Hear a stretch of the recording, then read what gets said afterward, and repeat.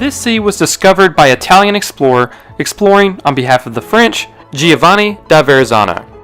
We'll begin this story of his discovery in September of 1522. The surviving members of Ferdinand Magellan's crew had just returned to Spain, having just circumnavigated the globe. For France, the competition in trade with Spain as well as Portugal was becoming more urgent. French merchants and financiers urged King Francis I of France to send a voyage to find a quick passage to Asia.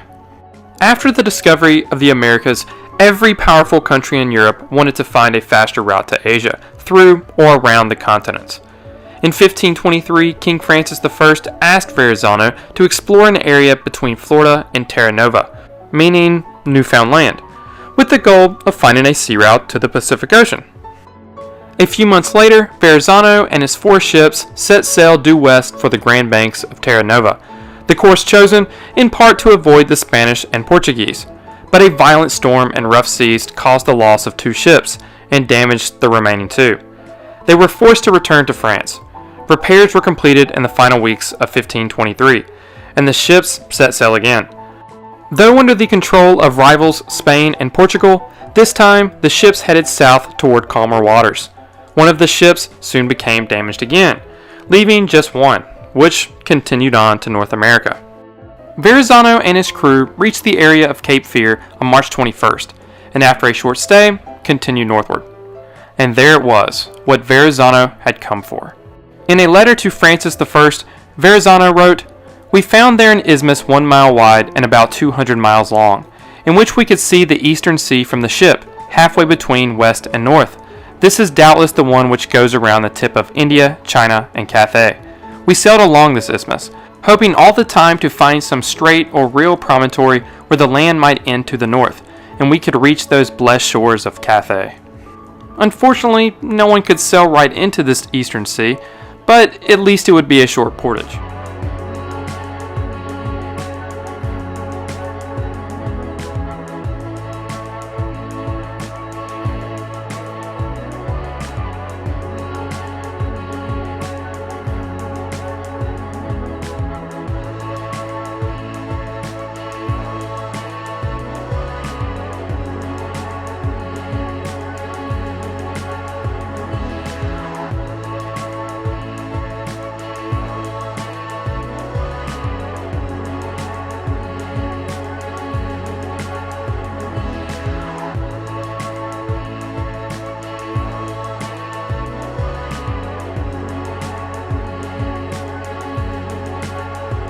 Actually, off the coast of North Carolina's Outer Banks.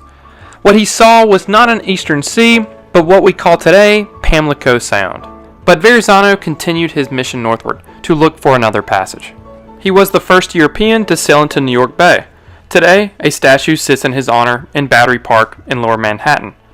He discovered Cape Cod Bay, then followed the coast up to modern Maine, southeastern Nova Scotia, and Newfoundland.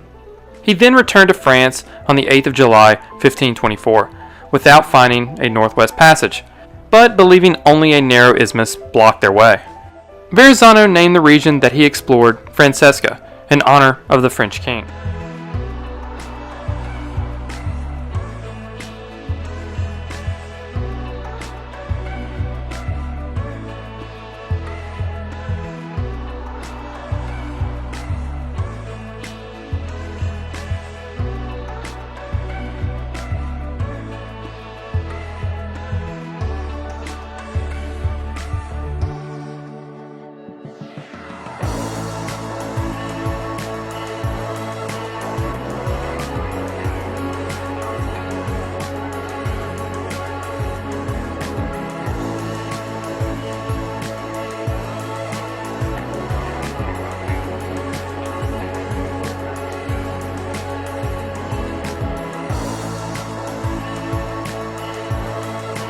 Geography.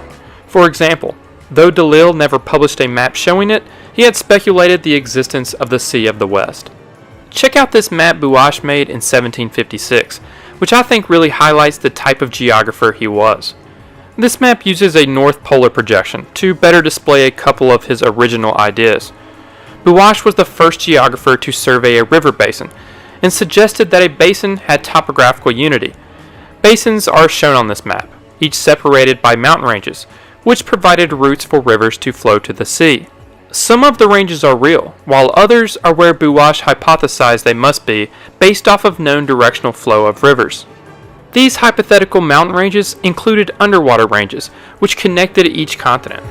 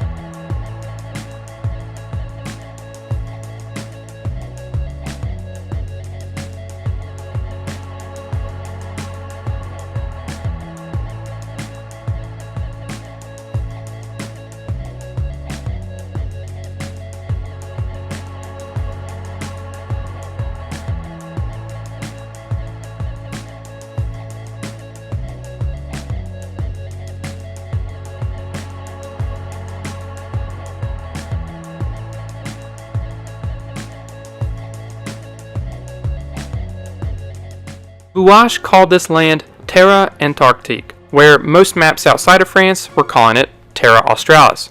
This French word, Antarctique, is where the name Antarctica came from, which means opposite to the Arctic. It can be traced back to Latin and Greek usage, but the French usage is ultimately what gave the continent its name. Had the continent been discovered sooner, it may have been named Australia, after Terra Australis.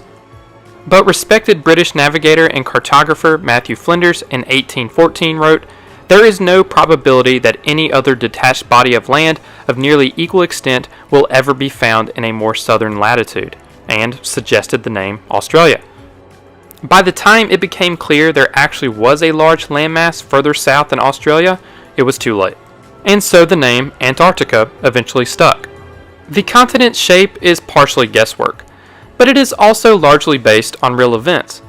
Voyages that sailed south pushed back the boundaries of Terra Australis, and discoveries and contacts created the highlighted borders, such as New Zealand, which was first contacted by Europeans in 1643 by Dutch explorer Abel Tasman on its western coast, and Amerigo Vespucci's discovery of new land here in 1503, though this one is disputed by scholars. But extremely important to this map, and where the inland sea theory derives from, is the 1738-39 expedition led by Jean-Baptiste Charles Bouvet de Lozier. Bouvet de Lozier was sent by the French India Company for the purpose of exploring the South Atlantic. He discovered and named Cape Circumcision. An inset of Cape Circumcision is drawn in the bottom right. However, it was foggy, and Bouvet de Lozier failed to see that it was actually an island. This island was eventually named for him in 1927. Bouvet de Lozier's journals mentioned icebergs, also depicted here, between 200 and 300 feet high and half a league to 2 or 3 leagues in circumference. Buache believed that icebergs of this size must have derived from a floating ice sheet. He hypothesized that there must be an inland sea that separated Terra Australis into two landmasses, with outlets on near opposite sides, both where icebergs had been spotted. Bouvet de Lozier's in 1738, and the second place where buccaneers named Sharp and Davis reported icebergs in 1687.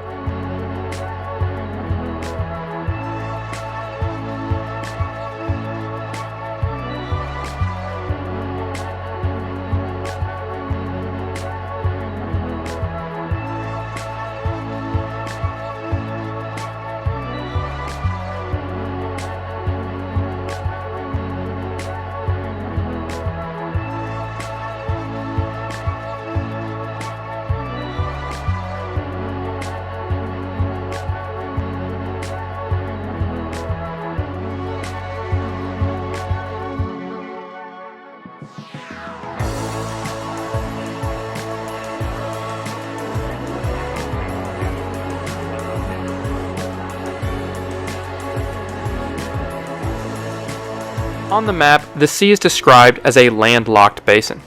The text goes on to say that the inland sea is fed by rivers as considerable as those of Siberia, which create the icebergs of the north.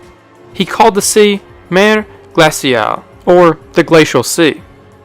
The Glacial Sea died with Terra Australis soon after Cook sailed into the Antarctica.